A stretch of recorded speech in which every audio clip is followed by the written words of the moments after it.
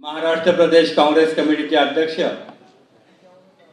आपल्या सर्वांचे लोकप्रिय व्यक्तिमत्व हर्षवर्धन दादा सपकाळ, व्यासपीठावर बसलेले अखिल भारतीय युवक काँग्रेसचे सर्व पदाधिकारी, महाराष्ट्र प्रदेश काँग्रेस कमिटीचे सर्व पदाधिकारी, महाराष्ट्रातील युवक काँग्रेसचे सर्व नेते कार्यकर्ते और खास तौर पे कर्नाटक से आए हुए मेरे कर्नाटक युवा कांग्रेस के नौजवान प्रेसिडेंट मंजू गौड़ा जी, जिनका भी मैं महाराष्ट्र के धरती पर स्वागत करता हूं।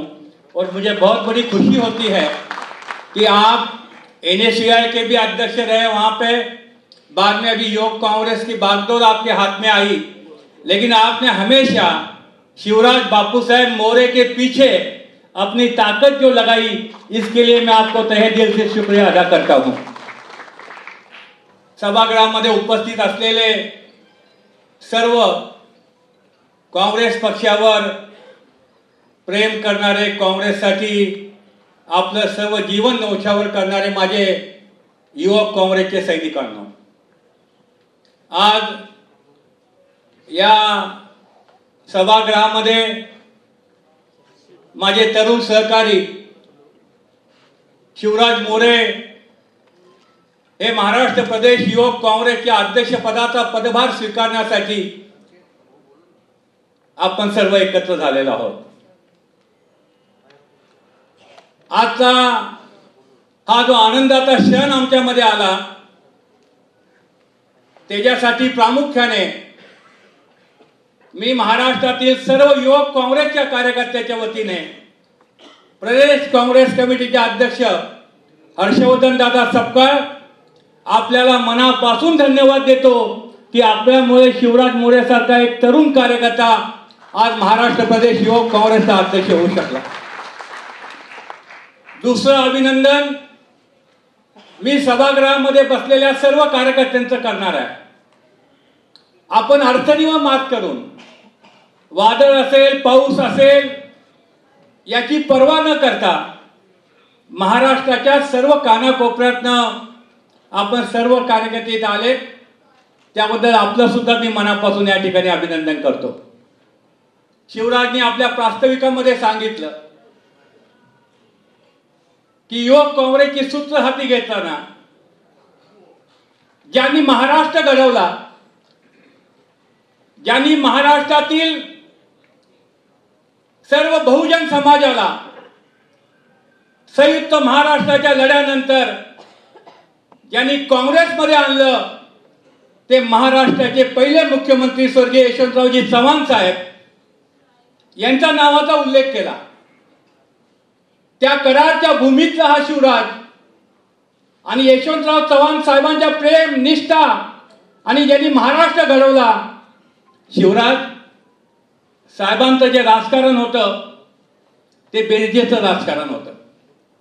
या पुढच्या काळामध्ये आम्हा सर्व कार्यकर्त्यांचा विश्वास आहे की महाराष्ट्रातील युवक काँग्रेसची संघटना बांधताना तू बेरजेचं राजकारण करशील आणि करारचं नाव हे महाराष्ट्रातल्या सर्व कानाकोपऱ्यामध्ये पोहोचवण्याचं काम तू करशील, हा विश्वास आमच्यावर आहे।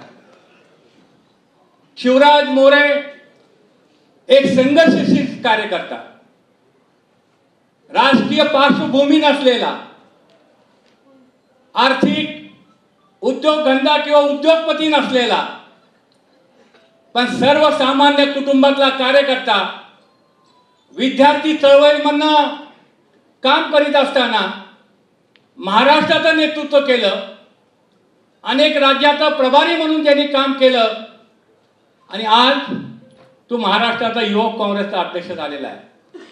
तुझ्याबद्दल सर्वसामान्य कार्यकर्त्याला आदर यासाठी आहे की तू कार्यकर्ता आहे, तू कुठली गटबाजी करत नाही, तू श्रीमंत गरीब हा भेद करत नाही आणि सर्वांना बरोबर घेऊन जाणारा ज्यावेळेला कार्यकर्ता, घराचा प्रमुख ज्यावेळेला युवक काँग्रेसचा अध्यक्ष होतो, त्यावेळेला मनापासून काँग्रेसच्या कार्यकर्त्यांना आनंद होत असतो। आणि म्हणून युवक काँग्रेसची ताकद युवक काँग्रेसची ताकद एवढी प्रचंड आहे की मी जास्त वेळ घेणार नाही आपला. खरं म्हणजे मला बोलायचं होतं भरपूर, परंतु माझ्या नेत्यांनी मला आदेश दिला की आझाद मैदानावरती गाझा आणि पॅलेस्टाईनच्या संदर्भामध्ये त्या ठिकाणी आंदोलनाला लोक बसलेली आहे आणि त्यांना महाराष्ट्र प्रदेश काँग्रेसचा प्रतिनिधी म्हणून मला त्या ठिकाणी जायचंय. पण एक गोष्ट सांगतो, या देशाचे पंतप्रधान आणि अखिल भारतीय काँग्रेसचे माजी अध्यक्ष आज ज्यांना अभिवादन करतो, स्वर्गीय राजीव गांधींची जयंती आज आहे. राजीवजींच्या काळामध्ये खऱ्या अर्थाने युवक काँग्रेसला राजकीय सत्तेमध्ये सहभाग देण्याचं काम या देशामध्ये जर कोणी केलं असेल पहिल्यांदा तो स्वर्गीय राजीव गांधींनी केलं. आज त्यांचं अभिवादन करून आपण ज्याला महाराष्ट्रातील युवक काँग्रेसची सूत्र हाती घेत आहे, येणाऱ्या स्थानिक स्वराज्य संस्थेच्या निवडणुका असतील, त्या निवडणुकीमध्ये मी आपल्या सर्व कार्यकर्त्यांना विनंती करणार आहे, जिल्हा परिषद असेल, महानगरपालिका असेल, पंचायत समिती असेल, नगरपालिका असेल, नगरपंचायत असेल, याच्यामध्ये आपण सर्व कार्यकर्त्यांनी आपली ताकद, जनतेशी असलेला आपला संपर्क हा जर वाढवला तर मला निश्चितपणे खात्री आहे की शिवराज मोरेंच्या नेतृत्वाखाली स्थानिक स्वराज्य संस्थेमध्ये आपल्या तरुणांना जास्तीत जास्त तिकीट हे निश्चितपणे मिळतील. पण एक गोष्ट लक्षात ठेवा, पण तिकीट मिळतील, पण निवडून येण्याची क्षमता आपल्यामध्ये पाहिजे. आजपासून तुम्ही मुंबईहून गेला आपल्या गावात, उद्या सकाळपासून कामाला लागा. मतदार याद्या असतील, कार्यकर्ते असतील, हे करा, संपर्क, जनता संपर्क कार्यक्रम करा आणि निवडणुकीच्या तयारीला लागा. दुसरी एक महत्वाची गोष्ट मी सांगतो की युवक काँग्रेसची ताकद काय असते. मला सुद्धा महाराष्ट्र युवक काँग्रेसचा अध्यक्ष स्वर्गीय राजीव गांधींनी केलं होतं 1985 साली. 40 वर्षापूर्वीची गोष्ट आहे. मी सुद्धा सर्वसामान्य कार्यकर्ता, माझ्या कुटुंबातलं कोणी राजकारणामध्ये नव्हतं, परंतु ज्या वेळेला या गांधी फॅमिलीचं, गांधी कुटुंबाचं एक वैशिष्ट्य आहे की जो कार्यकर्ता आहे, जो निष्ठावान आहे, जो सर्वसामान्य कुटुंबाशी असून जनतेशी जो संपर्कामध्ये असतो, अशा कार्यकर्त्याला नेतृत्व देण्याची परंपरा ही गांधी कुटुंबाची आहे. एक उदाहरण फक्त सांगतो. मी ज्याला महाराष्ट्राचा युवक काँग्रेसचा अध्यक्ष झालो, माझ्या कमिटीमध्ये जी नेते मंडळी होती, त्याला कार्यकर्ते होते युवक काँग्रेसचे, तुमच्यासारखे. आज जे तुम्ही युवक काँग्रेसचे कार्यकर्ते आहात, तसे कार्यकर्ते ज्याला माझ्या कमिटीमध्ये होते, स्वर्गीय गुरुदास कामत साहेब, की ज्यांनी महाराष्ट्राचं युवक काँग्रेसचं अध्यक्षपद भूषवलं, ज्यांनी अखिल भारतीय युवक काँग्रेसचं अध्यक्षपद भूषवलं.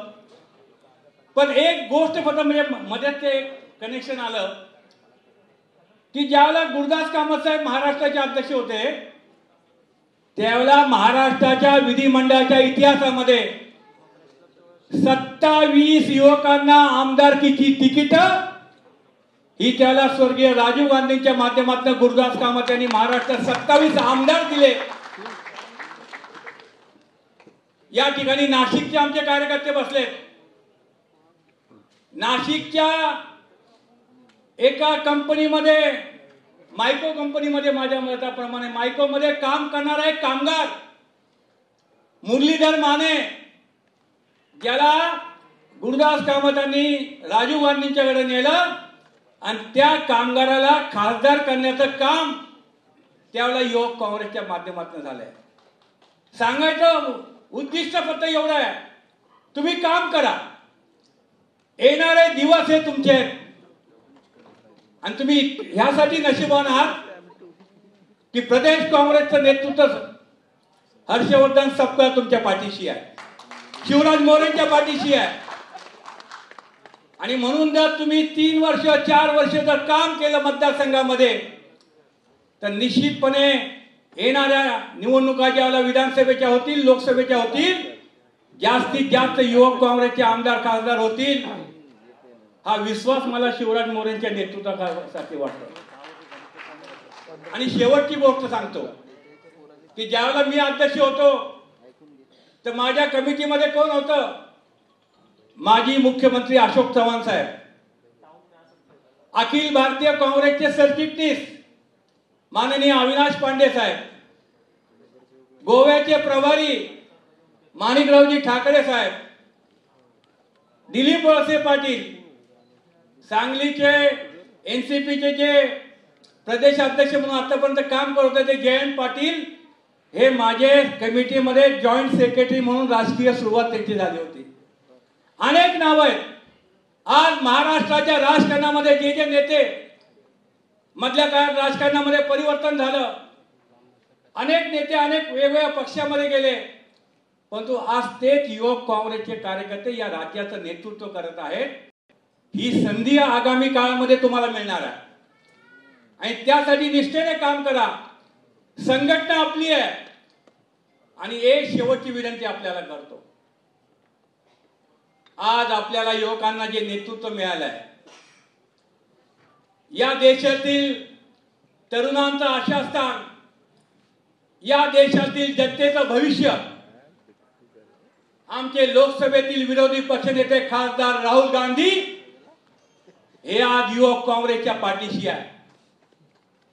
मेहनत करतात, यात्रा करतात, सेकंड क्लासच्या रेल्वेमध्ये लखनौ पासून मुंबई पर्यंत प्रवास करतात. आज माझा भारतीय जनता पार्टी आणि सर्व नेत्यांना आव्हान आहे, आताच्या राजकारणामध्ये या देशामध्ये एक असा नेता दाखवा जो भारतीय जनता पार्टीने दाखवावा, जो इतर पक्षांनी दाखवावा की राहुल गांधींसारखा नेता, त्यांनी केलेलं काम, त्यांनी केलेलं समर्पण, त्यांनी या देशासाठी केलेली निष्ठा, आणि आज सुद्धा तो नेता सर्वसामान्य देशाच्या सार्वभौमत्वासाठी, देशाच्या एकात्मतेसाठी आज हा नेता पायी पायी देश फिरला. आज मतचोरीच्या माध्यमातून त्यांनी हे जे भाजपचं स्कॅन्डल होतं, भाजपने जी चोरी केली होती, भाजपने जो दरोडा घातला होता, तो आज उघडकीस आणला. लोकसभेच्या निवडणुका झाल्या, त्या लोकसभेच्या निवडणुकीमध्ये 80 लोकसभा मतदारसंघामध्ये मतचोरी झालेली आहे. ती जर मतचोरी झाली नसती तर राहुल गांधी आज या देशाचे पंतप्रधान दिसले असते. एवढा मोठा दरोडा हा भारतीय जनता पार्टीने मतदानावर टाकलेला आहे.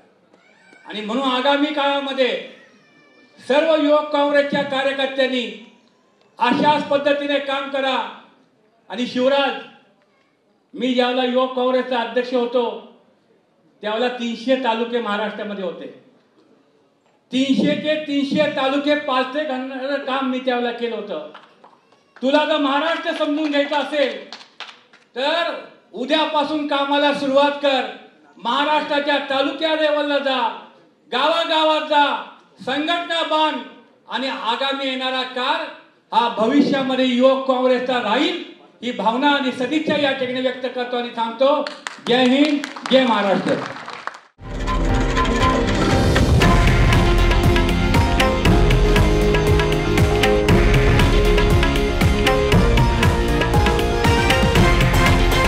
हे आहे देशातील नंबर 1 न्यूज नेटवर्क आणि आपण पाहत आहात TV9 मराठी, एकमेव.